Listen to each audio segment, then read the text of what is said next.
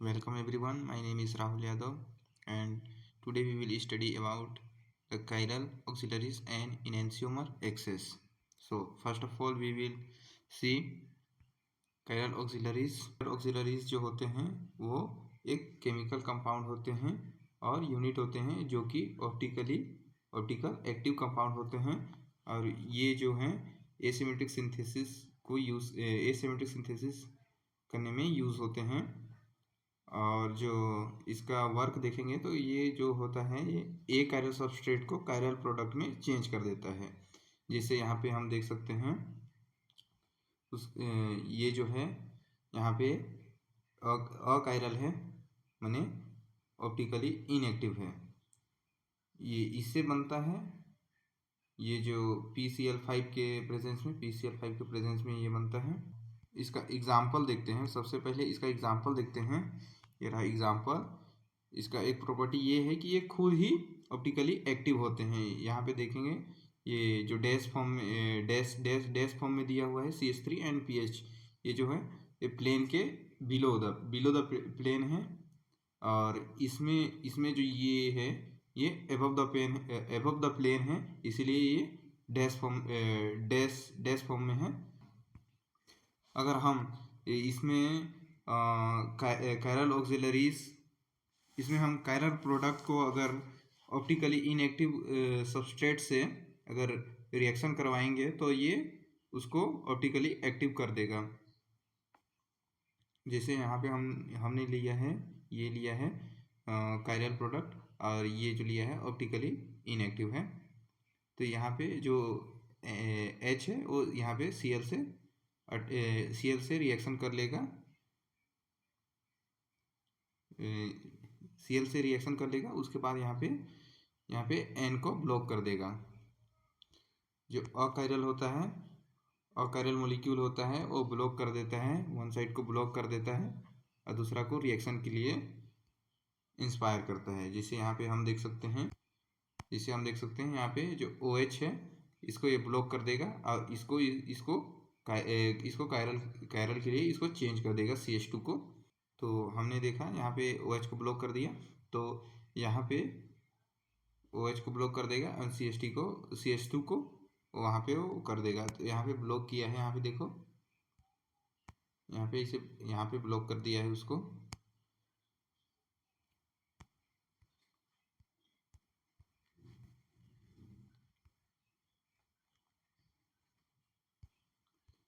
यहाँ पे हम देखेंगे जो लिथियम होता है वो LDA के प्रेजेंस में जो यहाँ पे जो ऑक्सीजन होता है उसको एक दूसरे को अट्रैक्ट कर देता है। यहाँ पे अट्रैक्ट कर रहा है और ये उसके बाद जो होता है यहाँ पे जो यहाँ पे H है, H यहाँ पे रिमूव हो गया है।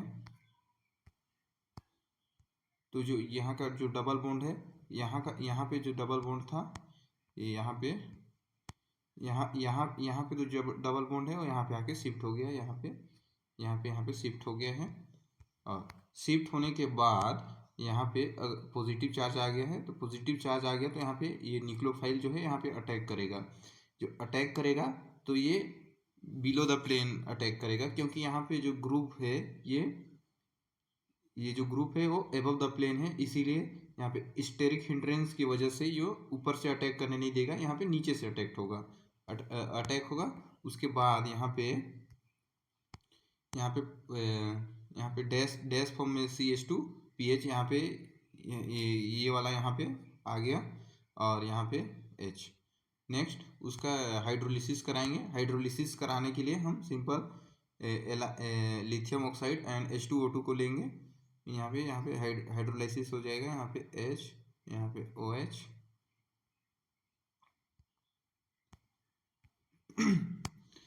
आफ्टर हाइड्रोलाइसिस यहाँ पे O होगा।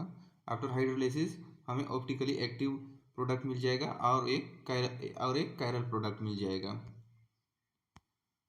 यहाँ पे ऑप्टिकली एक्टिव प्रोडक्ट का इसका अगर नेमिंग करेंगे तो यहाँ पे 1 आएगा, यहाँ पे 2 आएगा, यहाँ पे 3 आएगा। तो यहाँ पे 2 नंबर में मिथाइल है और 3 नंबर में फिनाइल है, तो इसलिए 2 मिथाइल 3 फिनाइल प्रोपेनोइक एसिड। यहाँ पे O, यहाँ पे यहाँ पे C है, यहाँ पे OOH, इसलिए 2-methyl-3-phenyl प्रोपिनोइक एसिड। नेक्स्ट हम इसका प्रॉपर्टीज के बारे में देखेंगे। Qualities of good chiral auxiliaries. First, needs to be available in both enantiomeric form. Enantiomer means होता है ओकर्स इन पेयर, वो पेयर में पाया जाता है, जिसका मिरर इमेज फॉर्म कर सकते हैं, मिरर इमेज फॉर्म कर सकते हैं, और ये नॉन सुपर इम्पोजिबल होते हैं।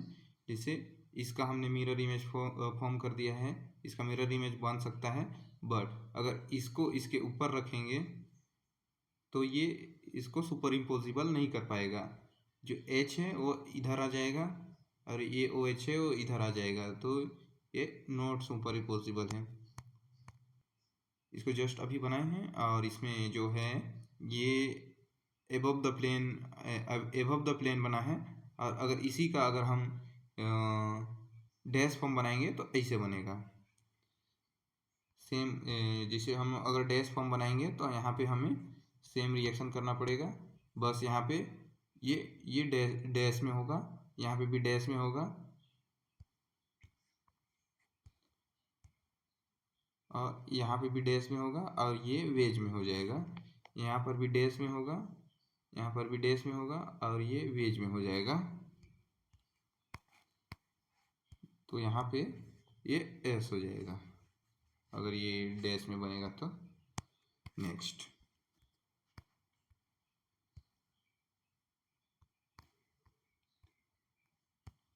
इसका सेकेंड प्रॉपर्टी को देखेंगे। B number, needs to be easily and quick to synthesise, आसानी से जो सिंथेसाइज हो जाए। सी नंबर में देखेंगे, must be readily incorporated onto an achiral substrate. Means जो हमारा कायरल ऑक्सिलरीज है उसमें एक ऐसा ग्रुप प्रेजेंट होगा जो कि अकायरल सबस्ट्रेट को ज्वाइन करने में मदद करे। जैसे कि वहाँ पे हमने देखा था NH करके था, NH जो कि Cl से रिएक्शन किया था, ये अटैच्ड हुआ था, ये वाला। नेक्स्ट, डी नंबर देखेंगे, needs to be selectively cleaved from the substrate under mild condition. जो माइल्ड कंडीशन में वो क्या बोलते हैं, क्लीवेज कर सके। जिसे वहाँ पे हमने देखा था, यहाँ पे चलो आपको दिखा देता हूँ। यहाँ पे क्लीवेज किए थे, वही वाला है। नेक्स्ट प्रॉपर्टी का देखेंगे। हाँ, next property C number, must be recoverable and reusable. जिसे हम उसको प्रोडक्ट बनने के बाद उसको फिर से यूज़ कर सकते हैं, फिर से उसको रिएक्शन करवा सकते हैं। नेक्स्ट हमारा इनैंशियोमर एक्सेस है। Enantiomer excess is defined as the absolute difference between the mole fraction of each enantiomer. Means हम यहाँ पे लेके चलते हैं, इनैंशियोमर लेके चलते हैं। पहला आइसोमर लेते हैं 30%, दूसरा 70%।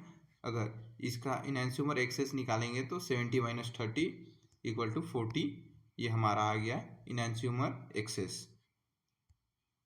जैसे कि हमने मान के चलो, सपोज हमने मान लिया है यहाँ पे एक सबस्ट्रेट लिया है, उसमें हमारा इनैंशियोमर एक्सेस 0% है, तो हमारा सेकेंड आइसोमर आएगा 100% आएगा। जो हमारा ये जो डिफरेंस है, पहला आइसोमर और दूसरा आइसोमर का जो डिफरेंस है, वही हमारा एनेंशियोमर एक्सेस कहलाता है। इसका फॉर्मूला ये रहा, FR - FE, where FR + FE = 1। हमारा FR और FS को अगर जोड़ेंगे तो 1 मोल आना चाहिए, तभी हमारा इनैंशियोमर एक्सेस सही है। जैसे कि हमने यहाँ पे लिया था आइसोमर 30 और 70। अगर इसको मोल में लेंगे हमारा आ जाएगा 0.7 + 0.3 = 1। अगर उसका हम लोग परसेंटेज निकालेंगे तो परसेंटेज निकालने के लिए फॉर्मूला ये रहा, FR - FS × 100%। उसी को हमने यहाँ पे लिख दिया है 0.7 - 0.3 = 0.4 × 100 = 40%।